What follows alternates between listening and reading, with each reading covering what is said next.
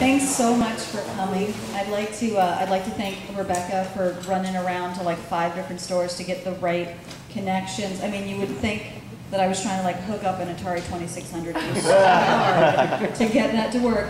And but honestly, she did. I just smudged the title because I have been running around all day. I swear to God. She's a little run down right now, but it's all going to work out in the end. So thank you guys for coming. Thanks for all the support that I have received thus far from all of you. And for like the 6 people that I don't know, we'll be friends by the end of tonight. So anyway, this place is great. If you have never been here before, welcome to the Last Bookstore. It is thankfully not actually the Last Bookstore, but it is a really good bookstore. And most of the stuff that's for sale is for sale for not a lot of money. So when we're done here, take a look around. There's books on sale for like $6, and upstairs everything is $1. Ridiculous. It's a wonderful place, and books are amazing. Okay, so let me tell you about this one, this book that I wrote, this one, that you can see up at the front. So first of all, why would I write a book about this particular topic? And well, obviously Stanley Kubrick is not like most directors, right? He is, everybody considers him a sort of big genius or whatever, and what he did with music was also pretty genius. So that was one of the reasons why I thought he's not like everybody else, so let's do something special for him. Most directors, when they are dealing with a movie, they hire a composer to write new music for the film, and sometimes they put in, you know, pop songs and other things like that. And usually what they're dealing with is something newly written, but Kubrick kind of moved away from that model in the course of his career. He didn't fully leave it entirely. He always would come back to working with composers here and there, but for the most part we're dealing with a person who worked by a different model, and of the other people that work by the same model, Woody Allen, Quentin Tarantino sort of spring to mind. We use a lot of music that already existed. Now there's a purity to using music that never existed anywhere else, right? Because it's just for the film. Its only associations are with the film. And there's something cool about that, because that music comes to represent that story or that character. But when you're dealing with a piece of music that's already written, you're dealing with that music has its own history, has its own story, its own associations. And Kubrick really kind of worked with these things. Not that he always knew what he was dealing with. Sometimes he did not know.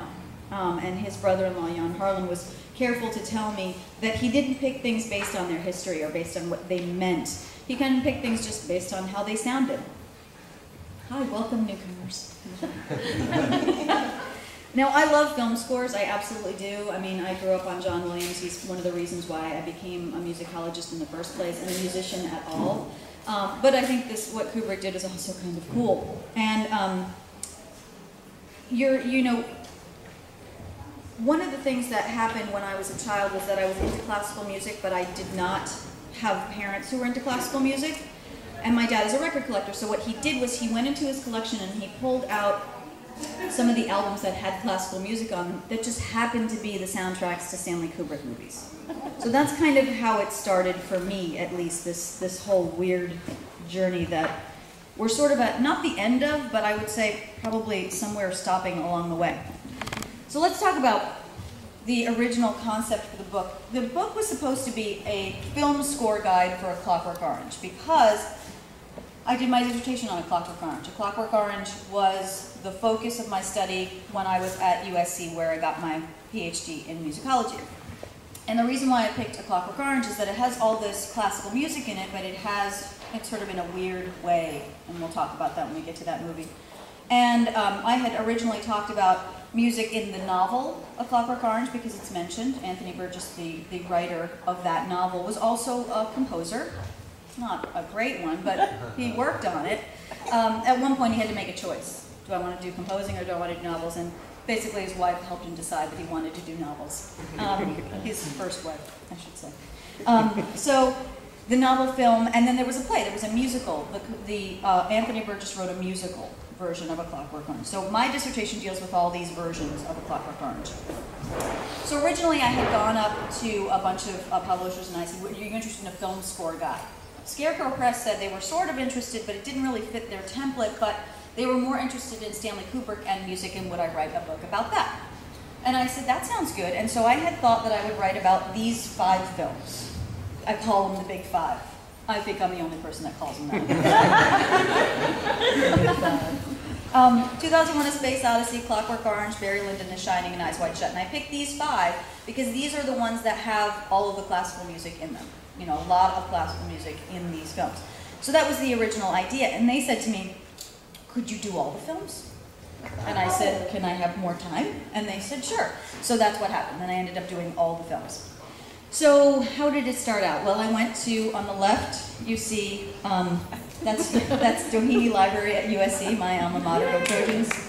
And then you have over there our crosstown rivals, UCLA. Oh, they have a great basketball team. And lots of good scholarship over there. My 2 UCLA friends are not here tonight. I'm sad about that. One of them is actually in another state giving a paper on The Shining. I know, I got shivers when she told me. Anyway, so that was the first place I started. Then this is a picture of the Margaret Herrick Library, which is part of the Motion Picture Academy, and I took this photo from my helicopter. And this is a great, great library with a lot of archival stuff, including papers by Alex North, the composer, some Stanley Kubrick stuff, clippings. It's wonderful. They're really strict, so don't go in there with gum or a cell phone. You'll be in trouble. So then I took the study further afield, and I went to the University of the Arts London, where the Stanley Kubrick archive is. And this is like a small suite of rooms in this university, and it's sort of made to look like the space station in the Clockwork Orange, not a Clockwork Orange, in 2001. Because it's like everything is white, and then there's these like red chairs out of nowhere, and there's just nothing, there's like no decoration at all. It's very like space age.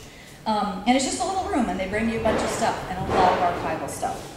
So I went to London, and while I was there, I got to meet and interview Jan Harlan, who is Stanley Kubrick's brother-in-law.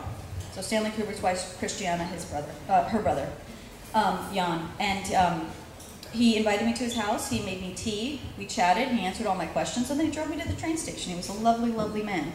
And he suggested that I go see the Kubrick exhibition that was at the time at the Cinematheque. It is now at LACMA, but it wasn't going to be at LACMA in time for me to see it to write this book. So, twist my arm, I had to go to Paris.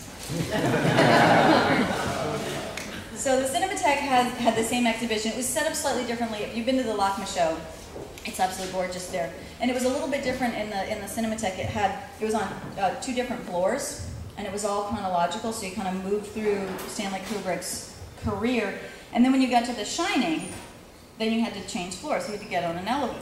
So you're all kind of creeped out, right, because it's quiet, and there's an axe on the wall, and there's a knife here, and there's a typewriter, and it says, all work and no play makes Jack a dull boy. And then you have to get into an elevator. So you step into the elevator, and the doors close, and on the doors are painted the twins. So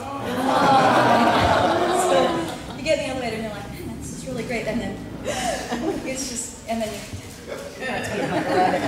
and then you finish it out. It's a really amazing thing. Now, so let me switch to get to my notes.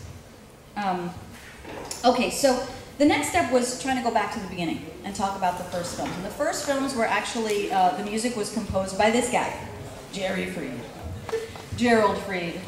But he's just the nicest guy, and I bet if you met him for 2 seconds, you'd be like, please call me Jerry. He's just a nice guy. I basically called him, emailed him, and said, I got his email from somebody at the Film Score Monthly, and they were like, just don't worry, just email him, he's the nicest guy. So I sent him an email, and I said, hi, I'm working on this project, da-da-da-da. He came back right away with an email, oh my God, that's great, so lovely to meet you, da-da-da-da. We chatted. And so I said, I would love to see your scores. And he said, absolutely, they're in Wyoming. And I said, my God, why? And he said, because they have an archive of popular history over there, and it turns out they have a huge Stan Lee collection. Like, so if you like comic books and you like Stan Lee, there's a whole bunch of stuff, pictures of him in the Army. It's old stuff. Anyway, so Jerry sent me to Wyoming. So I went here, University of Wyoming Centennial Complex, American Heritage Center Art Museum. It's shaped like a teepee. It's very nice. Beautiful clouds, best in the world. And if you go there, they tell you there's more cows than people. Everybody tells you that, even the cows. So while I was there, I saw scores for all of the films that he did. And he did Kubrick's very first film, which was a short film, a newsreel called Day of the Fight.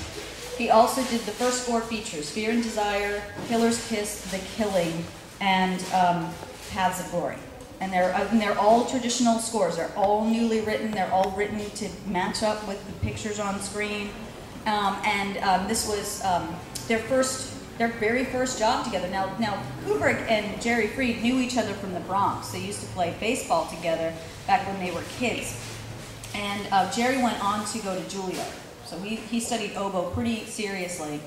And when they were sort of in their early 20s, Kubrick, who had been working as a photographer, got this opportunity to do a film, a short film. And so he said to Jerry, "Do you think you can write a score?" And he was like, "Probably." And so they went to films and watched them and dissected where the music was and how it functioned. And then he wrote Day of the Fight, which, if you hear it, if you watch Day of the Fight now, most of the versions of it have different music at the beginning. They just threw something else on in syndication at some point. But if you're interested in hearing the actual theme for it, then I suggest there's a compilation. If you go on Amazon and just do Stanley Kubrick compilations, a whole bunch of CDs come up with all of these themes on there, these original themes. So let's see. Jerry Fried went on. Oh, you know what? I want to play you one, actually. I do. I want to play you the theme from The Killing, which is a rhythmic clash of 3 against 4. So I want you to listen, all you musicians out there, I know there's a bunch of you out there. I want you to listen for the straight 4 and then the big 3 on top of it. So here we go. This is the main title for The Killing, which is a caper movie. It's a heist movie. They're trying to steal money from a racetrack. So here is the opening. Hang on, let me go back.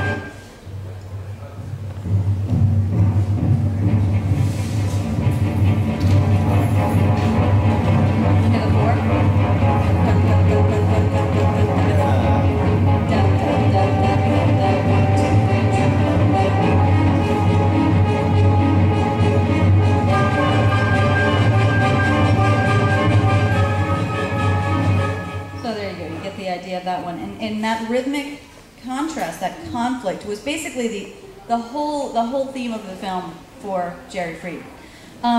When they also worked, I said, on the first feature, which is Fear and Desire, which, if you haven't seen, is kind of like Kubrick's senior thesis film if he had gone to film school. You know, he didn't love it. He was just glad that he did it. And I really think if you watch it, you see a lot of cool musical things that Jerry Fried was doing that he used in Paths of Glory and in other things. Now, at the end of the 4th movie, you know, I feel like up until that point, Kubrick was, you do whatever you want. You know, he was too busy thinking about all the myriad other things that directors have to think about. And then as he started to get better at being a director, he started to kind of listen more closely to the music. So the way Jerry Fried says it is, at the beginning he just let me go. I did whatever I wanted.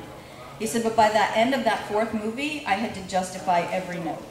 So everything that he wrote was like, okay, but I did that because of... So they decided to go their separate ways, and which was fine, because one of the things that happened to Jerry Fried is that he started writing for television, and he wrote this little gem that you might know.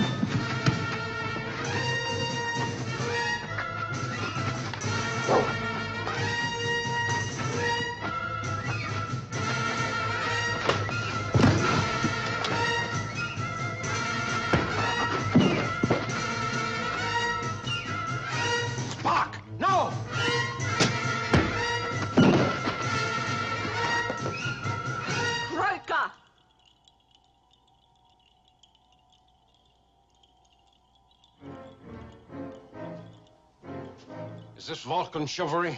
The air's too hot and thin for Kirk. He's not used to it. The air is the air. What can be done?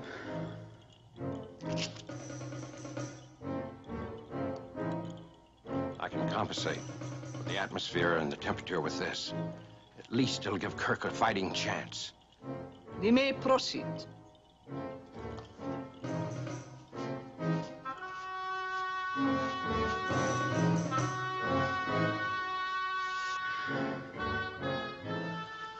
You're gonna have to kill him, John. Kill Spock? That's not what we came to Vulcan for, is it? What's that? It's a triox compound. It'll help you breathe.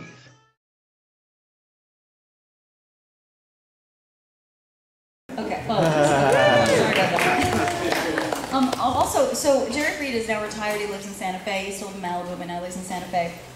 And he is working on currently a musical where he's written the book and the music for it. It was originally called Spark Schmark, but he changed the name and now it's called Sperm the Musical. And it's about Divine Spark, who I guess goes around sparking all sperms and eggs as they make babies, and he gets fired from this job. I saw a rough version of it. It was actually pretty awesome. But he sent me the DVD and he was like, "Let me know what you think." I'm like, "I should know you for like 10 minutes." He's seriously a nice guy. Okay, so then moving on, we're going to come back to Spartacus in a second, but after working with Jerry Friedman, what happened was that Kubrick started working more with arrangers. You know, people who would arrange music that was already there instead of coming up with new things. And two of the people that he worked with, Nelson Riddle, we worked with on Lolita, and he did write original music, but he also arranged a schmaltzy love theme. Y'all know what schmaltzy means? Yeah, jeez. Schmaltzy love theme. And it was actually written by the producer's brother. The producer's brother, Bob Harris, wrote this song, and they were like, let's put it in Lolita. So originally, reportedly, I don't know if this is exactly true, but the rumor has it that they got in touch with Bernard Herrmann, who was Hitchcock's go-to guy, and he was like, you want me to arrange somebody else's song? I don't think so.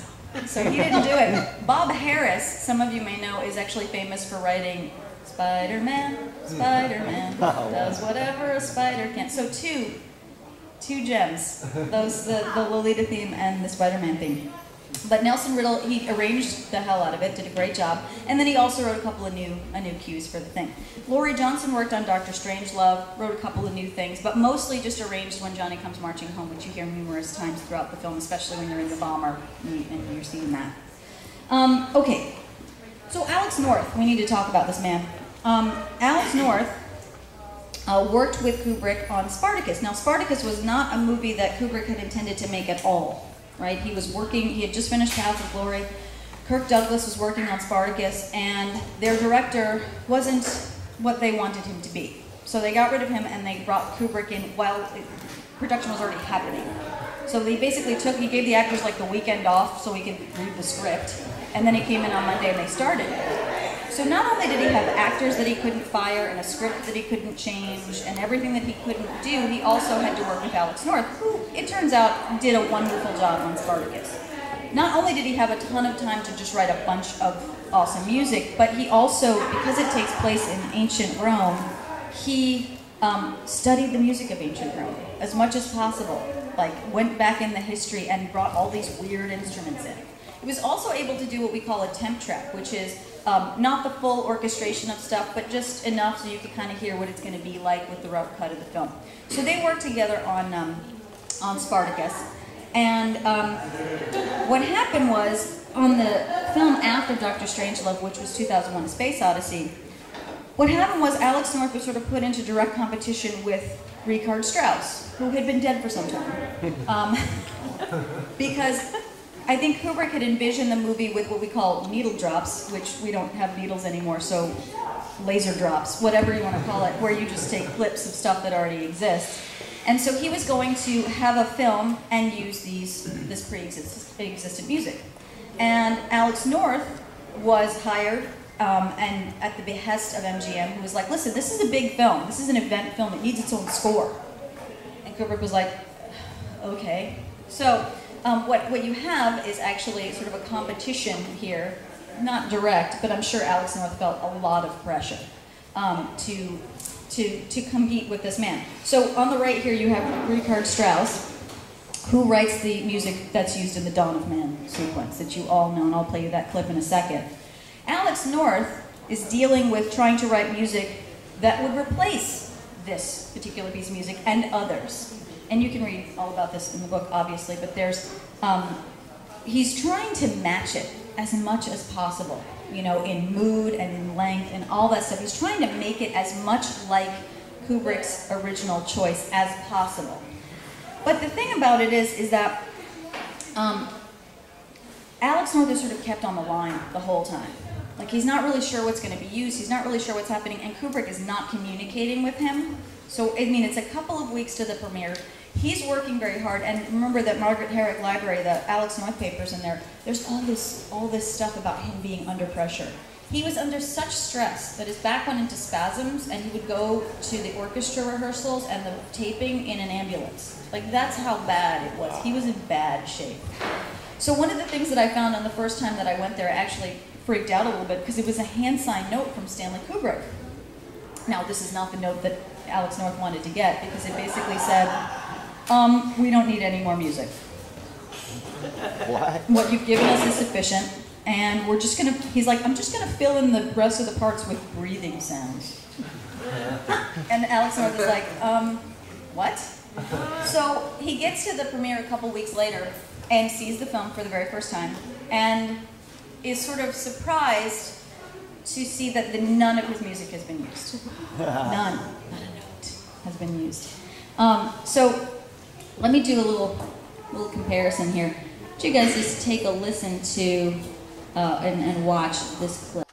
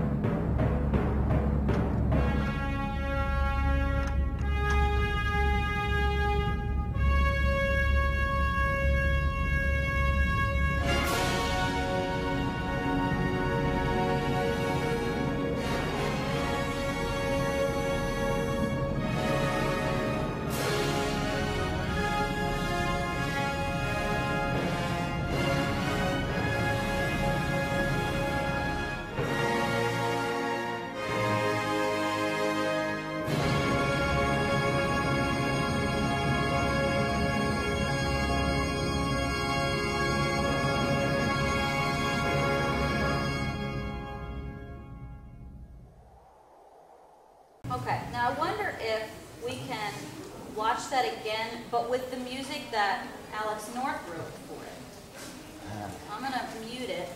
This is not going to sync up exactly how we want it to, I'm certain. But let's try it anyway.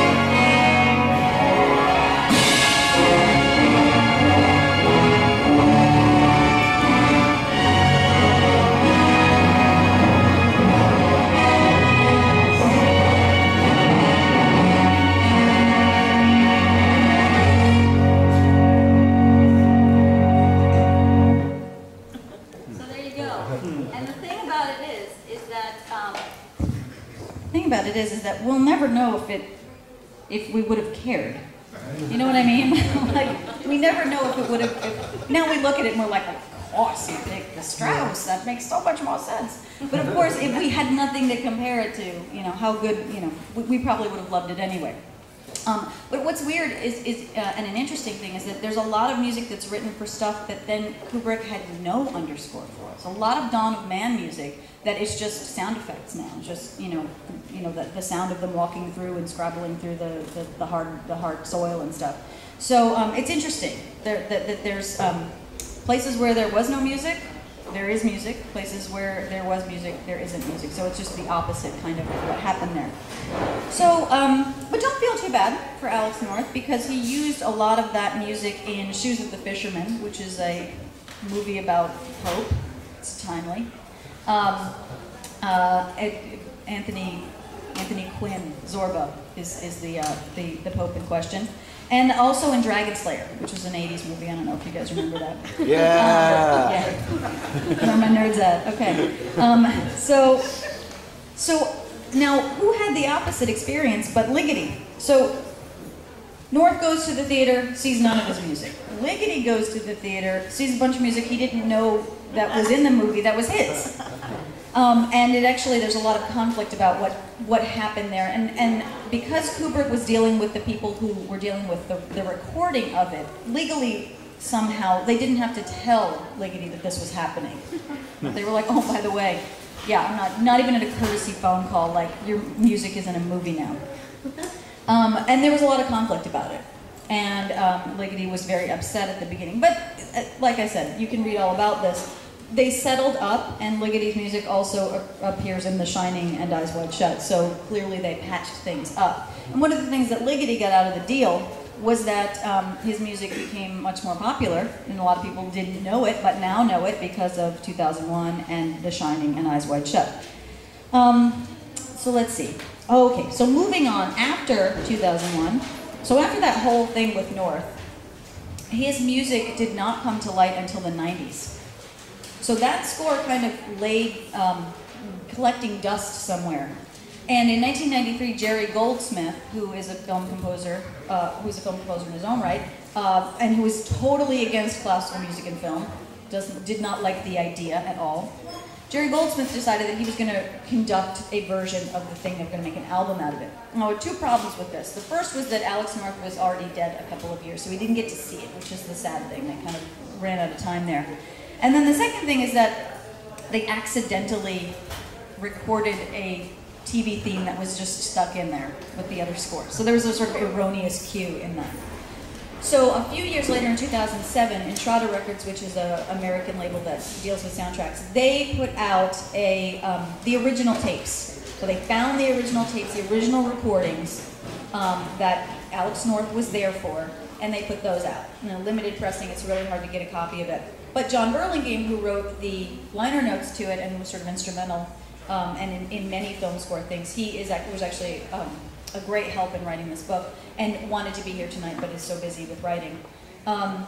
They worked out timings, so you could watch the movie with the score if you wanted to, which is what just happened here, sort of. So anyway, that was 2001. So after that, the next project was Clockwork Orange, which, as I mentioned before, uses a lot of classical music, but done up in a different way. And what is the different way? Well, Wendy Carlos and Rachel Elkind, who's the producer, and Wendy Carlos was sort of the creative force, they worked on, Wendy Carlos was famous for Switched on Bach, which was the music of Bach through this smoked synthesizer. And it's not like a regular synthesizer where you just sort of play it. Like it was only one line at a time, so it was multi-track, very difficult to do, painstaking to get it all lined up perfectly. And sort of outsold all recordings of Bach up to that point combined. It's like a huge, huge success. Because there's something about the music of the sound of the synthesizer and the sound of the Baroque worked really well together. So for this particular film, they actually approached Stanley Kubrick. They sent him a letter. I was living in London. I was living, outside of London at the time, and they sent him a letter and said, "We're interested in doing music for this. Here's an original piece that Wendy wrote, and if you like it, we can do more." And that's exactly how it all started. So a lot of the classical music that Kubrick chose for Clockwork Orange is done through the Moog synthesizer, and I have a clip for you here. This is Beethoven's Ninth Symphony. This is the fourth movement. This is the march section of the fourth movement. And you'll see that when Alex appears, the main character, he's sort of dressed in this beautiful royal regal coat, and he looks like Beethoven. There's like a statue in Heiligenstadt, and he looks just like the way Beethoven's dressed. It's kind of awesome. So here is, oh, and there's a voice in it too, which is put through a vocoder, which makes it sound like a robot is singing, which is kind of awesome. Here we go.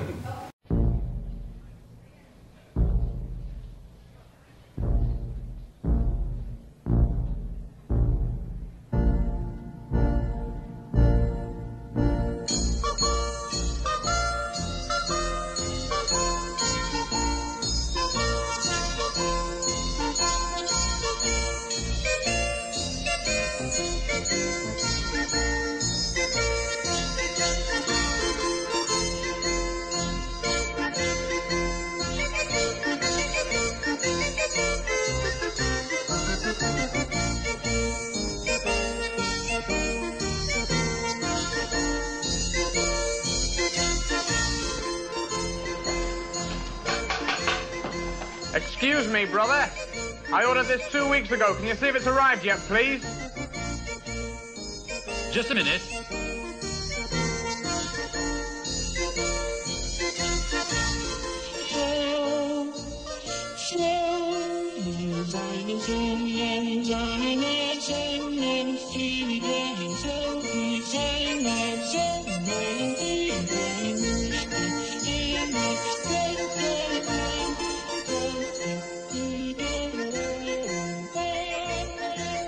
Pardon me, ladies.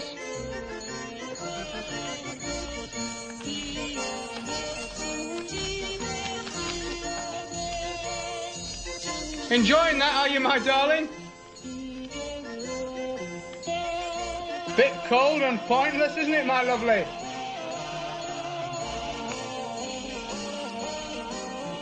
What's happened to yours, my little sister? Who you getting, Bratty? Goggly Go-Go? Johnny Zhivago? The Heaven 17?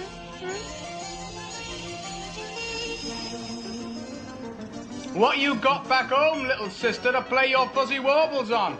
I bet you got little, say, pitiful, portable picnic players. Come with Uncle and hear all proper. Hear angel trumpets and devil trombones. You are invited. And y'all know what happens next.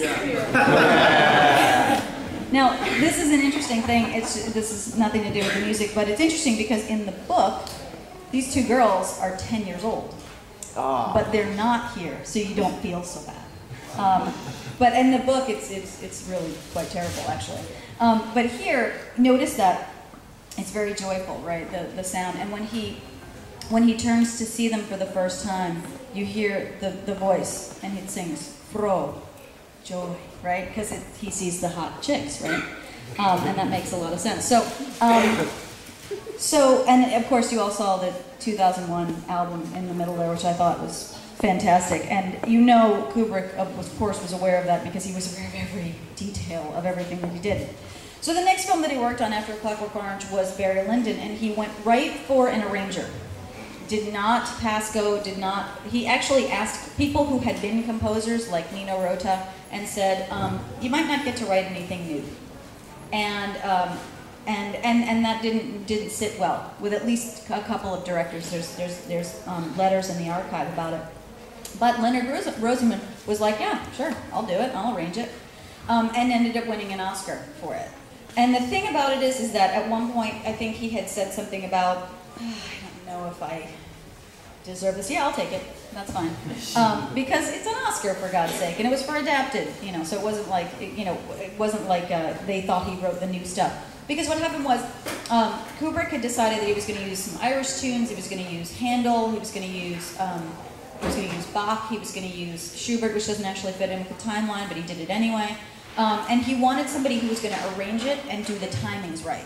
Right, so he would, shoot the scene, and then he would have, there's just papers upon papers in the archive about, can we get it so that the drums hit when this happens on screen, and we have to back it up so that it starts here so that this hit happens here. And he was really into the timing, really into it. And one of the pieces that shows up a lot is the saraband, which is a dance. And let me just play you a little bit of it. This particular piece was arranged in different versions, a bunch of different versions, and appears in Barry Lyndon 10 times, right? So it's the same piece revisited over and over again in slightly different alterations, different variations. And it really becomes the sound of the piece. So here's the saraband.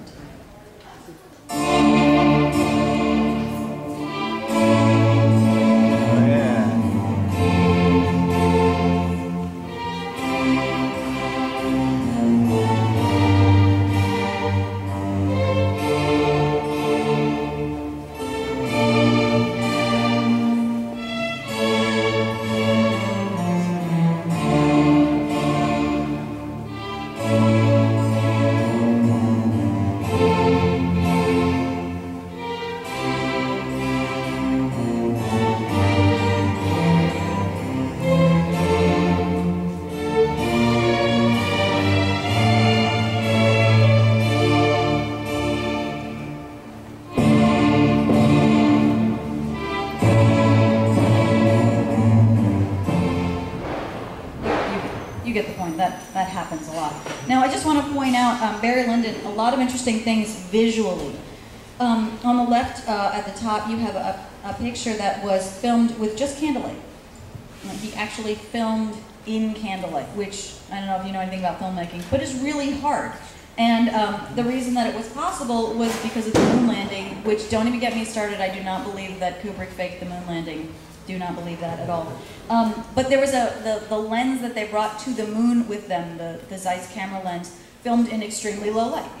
So that worked out quite well. And then over here on the right, you see a scene that is filmed with only natural light.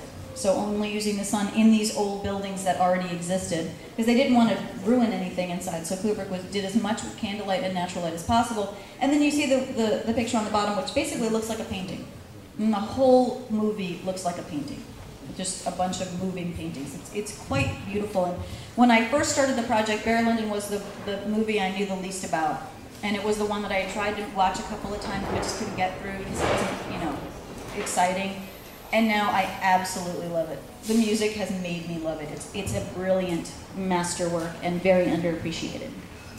Okay, moving on to a more popular. Now, if you ask young people today, any young people here today? If you ask young people today what Kubrick movie they know, this is the guy. They know The Shining because they know horror. Like kids today, they know the horror movies, so they watch all the classics. And I don't know if I call The Shining a horror movie.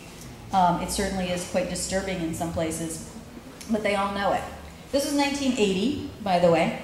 And the music that's on top there is the music for the Dies Irae chant. And this is the music that opens the film. Da da da da da da da da da da da da da da da.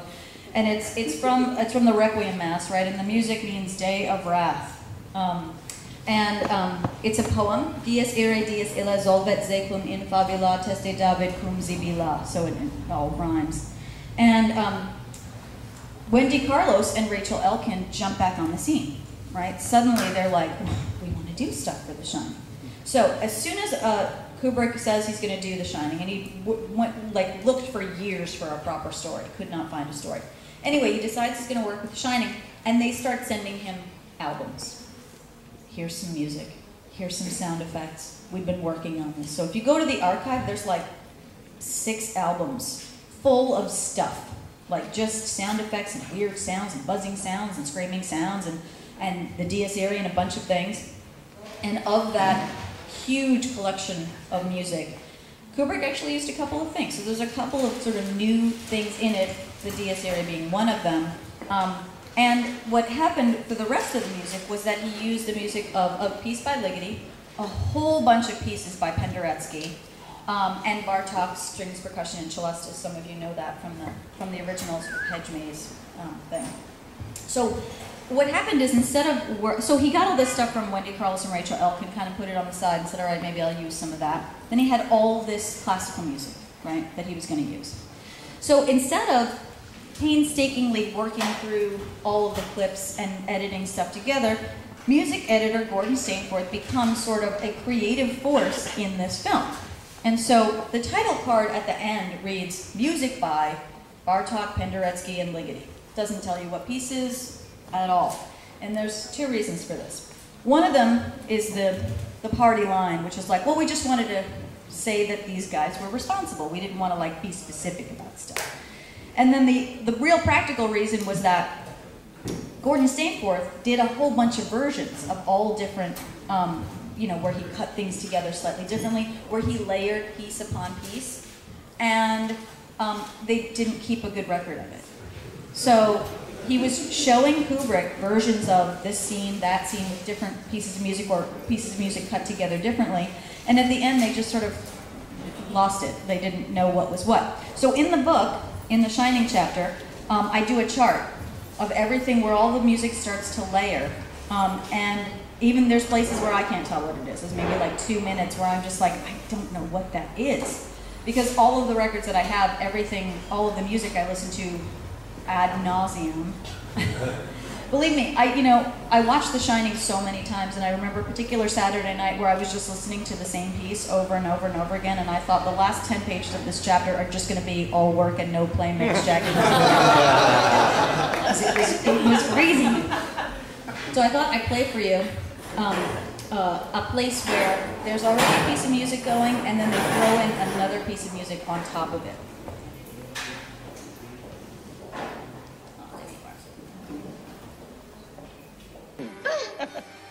Stay away from me! Don't hurt me! I'm not gonna hurt you. Stay away from me! Stay away! Please! Stop swinging the bat. Stay away! Put the bat down, Wendy. Stop it! Wendy, give me the bat. Please! Stay away! Give me the bat. Stop it! Give me the bat. Stay away! Stop swinging the bat. Please stop! Give me the bat, Stay away! Wendy. Stay! Give me the bat. Give me the bat.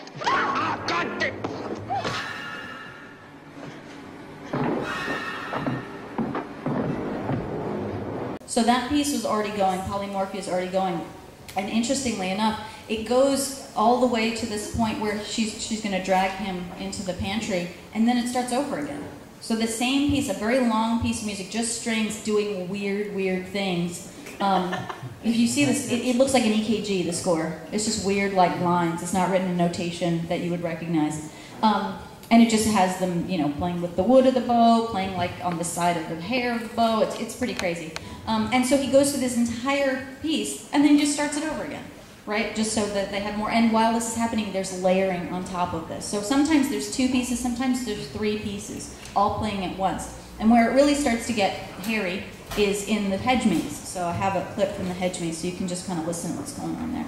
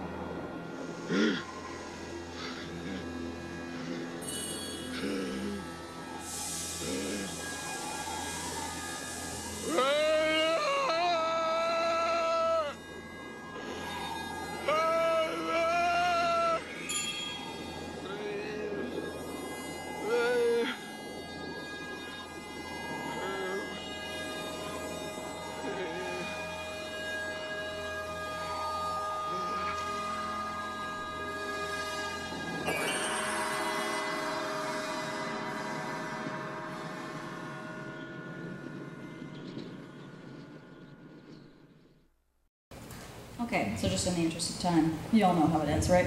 Okay. So,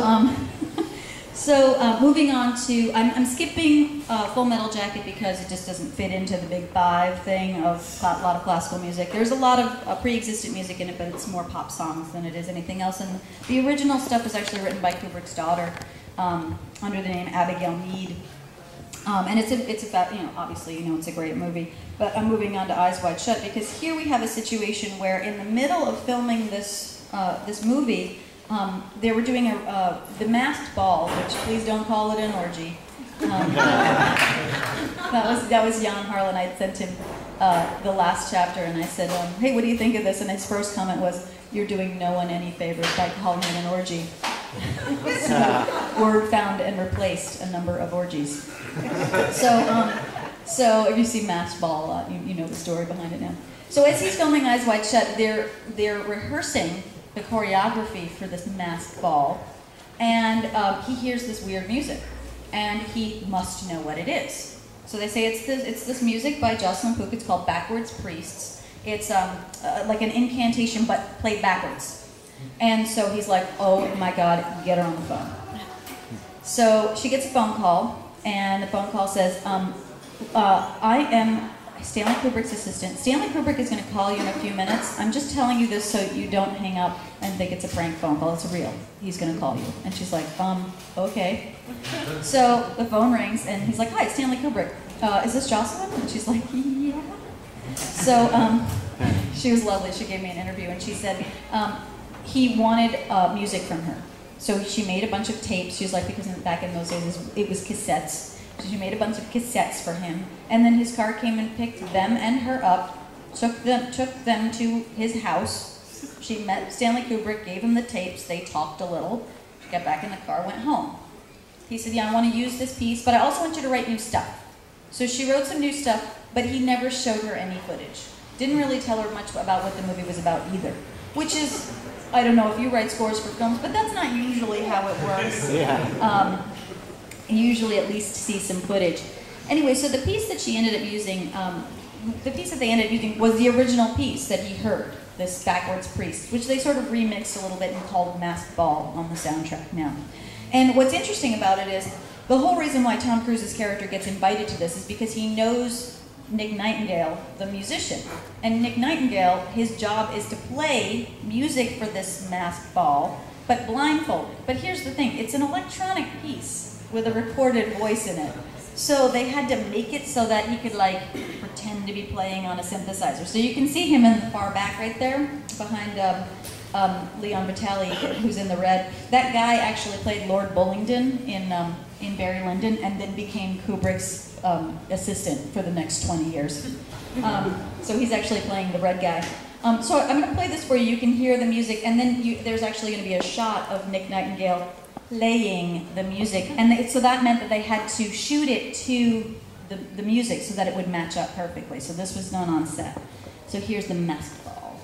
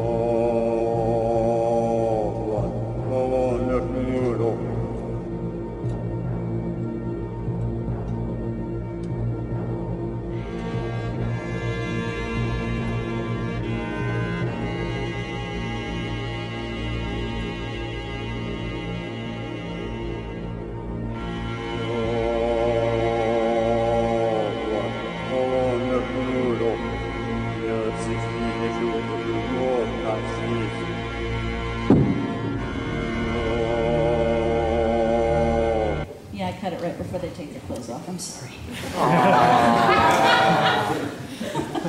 Anyway, so that's sort of an interesting idea that he has to make it work because Nick has to be there, but of course he has to do it. And as Tom Cruise's character moves from room to room, the music changes. It's different music, and there's some more stuff in there by Jocelyn.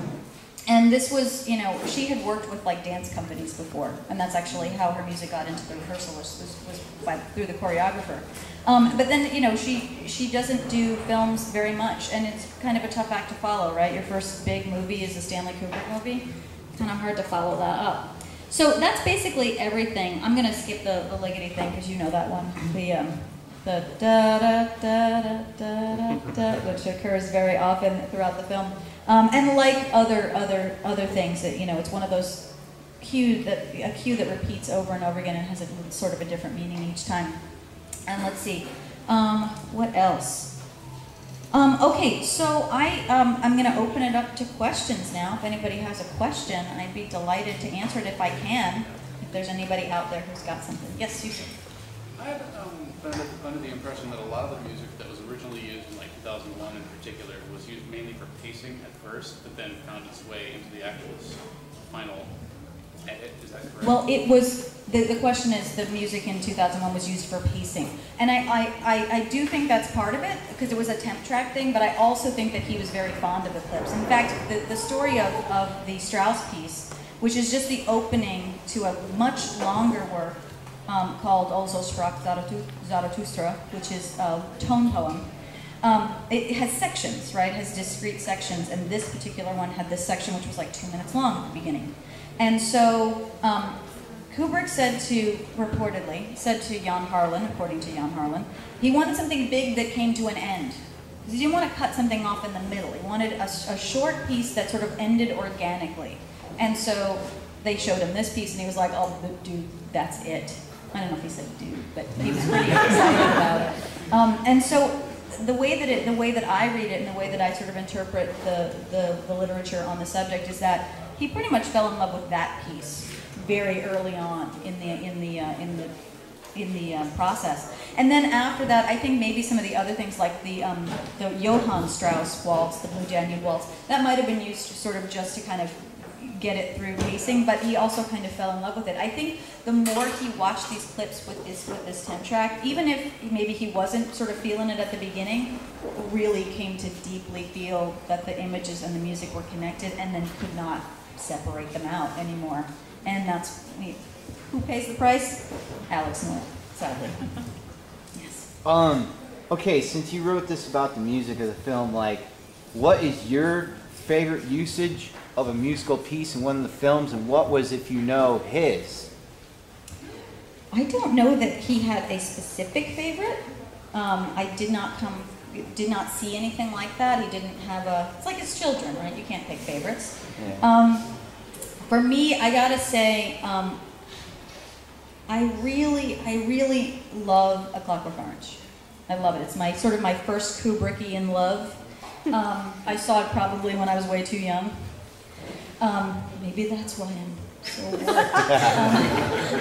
But I really love the use of that march. I absolutely adore it. And I love the sound of the voice, like computerified, you know, made into something inhuman. I think it's such a perfect way. The title of Clockwork Orange, right? What does that mean? What it means is, in the book, it's a man who becomes mechanized, who is no longer a man. And that's what happens to Alex, right? He gets reprogrammed so that classical music makes him sick and violence makes him sick. So he becomes something of a product of the state, not a natural human being, not an organic thing anymore. And that's what they do with the music. They take that organic, natural, beautiful thing, and they sort of mechanize it in a way that kind of turns the music into A Clockwork Orange also. And I think it sort of dovetails perfectly with the theme of the film, and it also sounds super cool. In the back? You know, you played a piece from Barry Lyndon, and I remember when Barry Lyndon first came out, it was heavily criticized because it was such a slow-moving movie, and the piece that you played was very slow and throbbing. I like the movie very much myself. But did Kubrick come under a lot of pressure from the studios to re-edit that movie and make it faster? Well, let me tell you something about what happened to Kubrick after 2001. He made everyone a ton of money, including the soundtrack people. And so what happened was 2001 soundtrack comes out and it makes a ridiculous amount of money. So much money that they put out a music inspired by 2001 A Space Odyssey, which has, if you like this, you'll love this. Wow. If you like this liggity piece, you'll love that liggity piece. So suddenly he was in the famed catbird seat of a person who could be like, hey, I meant to do that all along. See, I'm a super genius. No, he never said that, but the point is he was in a place where he could pretty much do whatever he wanted. So this is why Barry Lyndon was allowed to be so long and so sort of drawn out in that way, is they were like, well, you're Stanley Kubrick. You had sort of 2 hits on your hands. We're not going to mess with it. And I think there was probably people saying, we should tell him, should make it shorter. But no one was going to do that at that point. You know, at that point, he was already Stanley Kubrick. And you really couldn't be like, listen, I know you're a genius and everything, but we'd really like it if this movie could come in under 2 hours. You know, think about who has that kind of power now, Peter Jackson. To make a movie about a single book and turn it into 3 movies, each over 2 hours long. He made everybody a ton of money. They're not going to be like, Peter, please, can you make this Hobbit movie 2 hours long and 1 movie? He's going to be like, no, I can't. Thanks for asking. Yes? I worked in special effects in New York City in the 80s, both photo optic film and model. And I just saw 2001 again in Atlanta with 7mm. And seeing it that close up, I realized that all the setups, all of the special effects, masking, were all very basic work. The camera was mostly static throughout most of the film, and the music did most of the work. I think that's a certainly a fair assessment if you know a lot about visual effects. If you don't know a lot about visual effects, it all seems really amazing, and the music does, you know what music does in movies is it really just kind of covers over a lot of things, right? It's a great forgiver of terrible things sometimes, like clumsy cuts or weird angles or anything like that, which don't kind of flow within the movie perfectly. I think music helps to kind of smooth those things out. And if you've ever watched a clip that used to have music without the music, it's like a different thing, right? It does so much, and at a basic level that we don't even realize. But I think you're absolutely right in suggesting that the music kind of bears a lot of the narrative burden in 2001. For me is that, as a professional, I applaud the fact that it's so simple. Because at the time it came out, it was applauded for being so revolutionary, but in fact it's not. That's very interesting. That's a very interesting thing. I would not have made that assessment myself, but that is not my area of expertise. But what is so great about the music, as you say, is because there's so little talking. There's like no dialogue in the movie. There's like just a few minutes of dialogue, and mostly it's just these beautiful pictures. And in order to make that work, you know, you have to have that kind of music to kind of move things along. And there's a lot of silence as well. And what it ends up feeling is it feels very lonely, right? It feels very lonely. And even the music that he chose as you know, Bowman is running around the centrifuge and the, you know, that's Khachaturian. Even the music that he chose really gets to the heart of those emotions, because most of the people on screen don't have a lot of emotions. In fact, most people think that the most human character is Hal, the computer. So music does a lot to kind of enhance these things. And I think it magnifies them. It magnifies those feelings, and it magnifies those emotions in a really beautiful way. And I love Alex North, and I think he did a great job, but I also think that the film worked better with what Kubrick chose. I mean, we wouldn't be talking about it if it didn't. What else? Who else? Who's got something? Yes, sir. Just a couple of questions. In Wise White Shot, the Shostakovich Jazz Suite. Yes. Just curiosity, where did that sort of come from? Kubrick wanted a minor key waltz, which is not easy to find. And if you know anything about waltzes, it's a dance tune from Vienna in the 1800s. And most of them were written in major keys. And he wanted that dance feel. He wanted that sort of swinging 3 feel, but he wanted it to be in minor, which was a kind of an odd thing. Shostakovich, as many of you know, is a 20th century composer, and did have this. So it was one of the first things that he picked. He was like, I need a minor key waltz, and they were like, we got this Shostakovich, and he was like, done. So that was where that came from. Did you have another question? The other one, which is a standout for me, and it's not in your big 5, so I just asked. No, go ahead. Is it clearly has some emotional resonance for him in the biography, but the end of Paths of Glory. Oh yeah, so glad you brought it up. Paths of Glory, right, which was in black and white. God bless you. Paths of Glory was the sort of end of this sort of early phase, before the sort of Lolita and after that. Paths of Glory is about World War I. It's about French troops, and 3 of them have to be executed for cowardice. Totally not their fault. Kirk Douglas fights on their behalf, and they still have to be executed. And the entire film is done only with percussion. So everything that you see is all like snare drums, military cadences, stuff like that, all the way to the end. And actually, Gerald Fried says, to me, I took away their humanity by taking away the melody, right? So they're nothing but soldiers, right? Nothing but soldiers. So all you hear is these pounding drums and timpani tunes, so there is sort of like different tunings and everything, but it's mostly just percussion, and it's very, very stark sounding. And he actually said, I felt really bad leaving these guys on the battlefield, nothing. I felt bad about it, like he felt sad that he had done this to them. And what happens at the end is a beautiful woman comes into this cantina where they're all hanging out after the execution, and they're all very upset. This beautiful woman gets up and catcalling her. P.S. This turns out to be Kubrick's wife in real life. Very beautiful woman. So she gets up and she's crying. And she only speaks German, and they're saying mean things to her, right? And so they're like, come on, sweetie, sing a song, come on, come on. And so she starts singing this very beautiful tune. And little by little, they start to be quiet. And they start to hum along with her. And they don't know the words. She's speaking in German. And they're humming along, and then all of a sudden you see, they all start to cry. Because suddenly, they remember their humanity. Suddenly they remember that they're men and not soldiers. And so they're in there and they're crying and they're humming, and she's singing up there bravely, and there's tears in her face, and everybody else, there's tears coming down everybody else's face. And outside the cantina thing, Kirk Douglas is there, and they say, we got to move on to the next thing. Come on, we got to move the troops out. And he kind of looks in and he sees this and he goes, just another minute. You know, while they have this last moment of humanity before they move on. And it is unbelievably powerful. Just a ridiculously powerful moment. Because you had no melody. This whole 2 hours has been completely withheld from you, and then suddenly you get it, and it's so much sweeter for having been withheld. And it's brilliant. And for me, that's where Kubrick changes. With that, he suddenly realizes, oh wait. Now, there's an argument about who came up with the idea, because it's not in the original source. Kubrick's like, I came up with it. And the screenwriter's like, I came up with it. Whoever came up with it, I believe that is the fulcrum upon which things changed and turned. Thank you for bringing that up. Yes?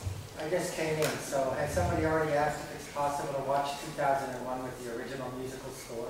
You know, I mentioned that earlier. Nobody's asked about it, but there is a very rare recording on Entrada Records that has the original tapes, and in the liner notes there is a way so you can time it, so you can watch it. You have to do a little, looking at the thing and starting it at the right time, but it's well worth it. I mean, I did it, obviously. If you want to see what it was like, what it would have been. Maybe one or two more, if there are anything. Peter. I also really like the California soundtrack, and I was wondering if, I haven't read your book yet, but I'm wondering if you have any more stories about Wendy Carlos, or maybe how, for example, they originally got in contact with Rachel and Stanley. Yeah, the story goes that they just read a press release that Kubrick was doing A Clockwork Orange, and Wendy happened to be reading it at the time, and she was like, oh, forget this. Rachel's like, I'm getting the address, we're sending him stuff. So they send him a reel-to-reel tape, this is what years we're talking about here. Send it to him by courier. Somebody flew with it to London, brought it to him. He listened to it, and back and forth, they just sent tapes back and forth. And she actually wanted to do, if you remember the Thieving Magpie, where they're at the water and he stabs the droog and throws him in. That was supposed to be also Moog synthesizer as well, but it wasn't done in time. So, of course, because 2001 set the precedent, there's actually a second soundtrack album for Clockwork Orange that has all the stuff that didn't get used. Wendy Carlos wrote a bunch of other pieces too that didn't get used that are on this soundtrack album. And every time Kubrick couldn't find a place for something, he'd say, "It's another track for the album." And actually the original, it's called Walter Carlos is a Clockwork Orange because at the time Wendy was Walter. So that's what it's under. It's now been re-released under Wendy Carlos' Clockwork Orange. And there's also, she has a website, wendycarlos.com. She takes beautiful photos of eclipses randomly. She's amazing. And also, she has like 3 or 4 albums of stuff that was unused from other movies. So stuff that she did for Tron that never got used, and so a bunch of her clips. So if you're interested in the minutia of that and the unused clips, they're all for sale. Like I said, these are small pressings, so it's hard to get your hands on an actual copy, but well worth it if you're a collector. What, I forget the chronology. Where is Dr. Strangelove? It's right before 2001. Because I know why he would have used that military march, but why didn't he use more classical music in that? Like, what's the story with that one? Well, I think in that one, it was sort of a weird concept. The idea, I don't know if you know this, but Red Alert, the novel that it's based on, is actually not a satire. It is full-on, serious, we're going to war, bite your nails kind of thing. And that's how they envisioned it at first. And then they were like, wait a minute, we can make this hilariously funny. And that's exactly what happened, is that sort of shifted in the middle of their production. So one of the things that you'll notice about Dr. Strangelove is there isn't a whole hell of a lot of music in it. There really isn't. There's that piece at the beginning, right? Try a Little Tenderness, where they're refueling the bomber in midair, and it looks kind of sexy. And then at the end, you have the We'll Meet Again in all. What is it? And Vera Lynn. Vera Lynn, right? And so you have the 2 pre-existing tunes sort of bookending the piece, and then in the middle you have almost nothing except for this military tune that kind of goes off every time you're in the bomber. You hear a version of When Johnny Comes Marching Home.